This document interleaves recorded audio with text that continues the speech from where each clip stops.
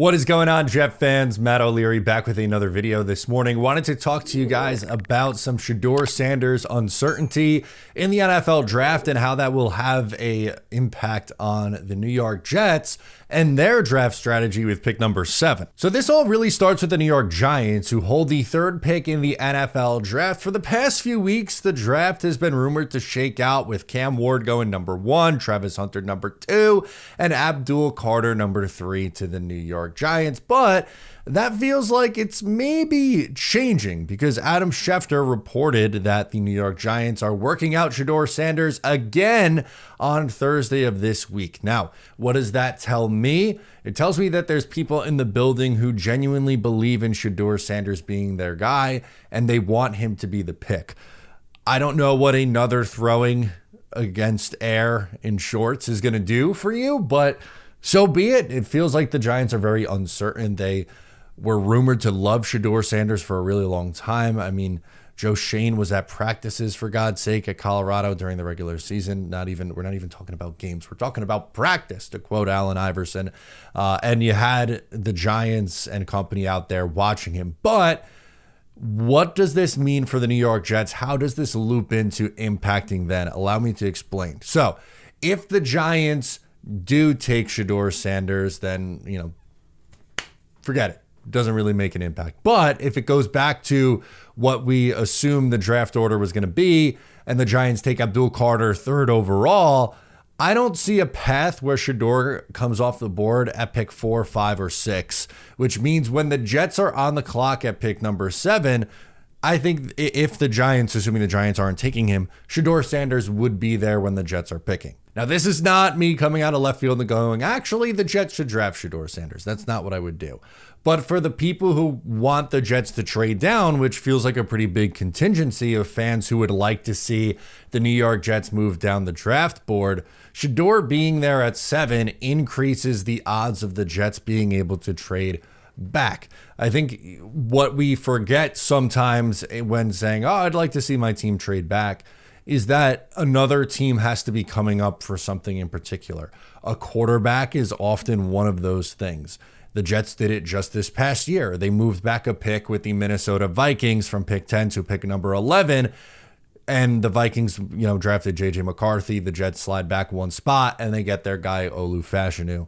Anyway, so if you want the Jets to move down, Shedeur being there at 7 would help that, in my opinion. And there's 2 teams that stick out to me who could potentially be looking for a quarterback this offseason in the first round of the draft, or just at any point really throughout the draft, and in 2 very different spots.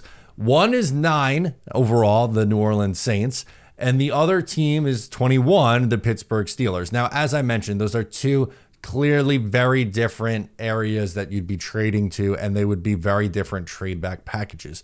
To move back 2 spots, I think you're probably picking up a 3rd round pick in order to move back those 2 spots. It's not going to be, a ton of draft capital.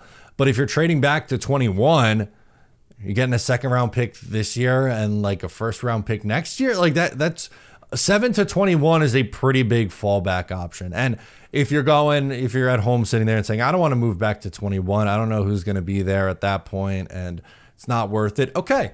If you'd rather take someone 7th overall who you think would be a better immediate impact guy, totally fine, totally fair. I'm just presenting this scenario because oftentimes I feel like I get asked, shouldn't the Jets trade back? And if you are one of those people, again, or if you want to see the Jets trade back, feels like Shedeur Sanders being there at number 7 and 2 spots you could look to move back with 2 very different packages is number 9 and number 21.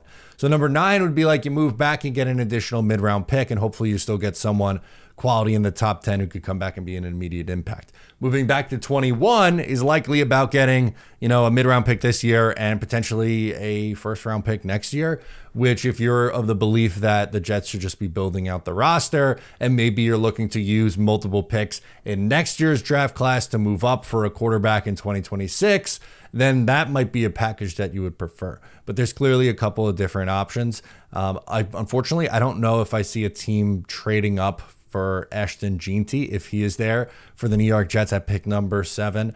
If like Dallas comes calling or someone else comes calling to trade up for the running back, I mean, I'm sure, I guess anything is possible, but I think it's easier to make the case for someone trying to trade up to get a quarterback.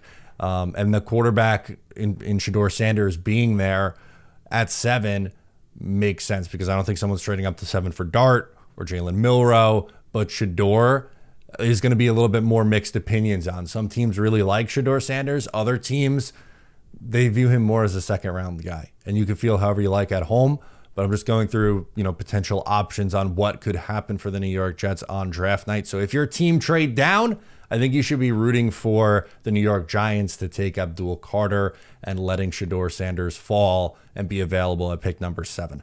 What do you think? In the comments down below, let me know. I'm Matt O'Leary. Subscribe if you're new to the channel. Like the video before you hop out, and I'll catch you next time.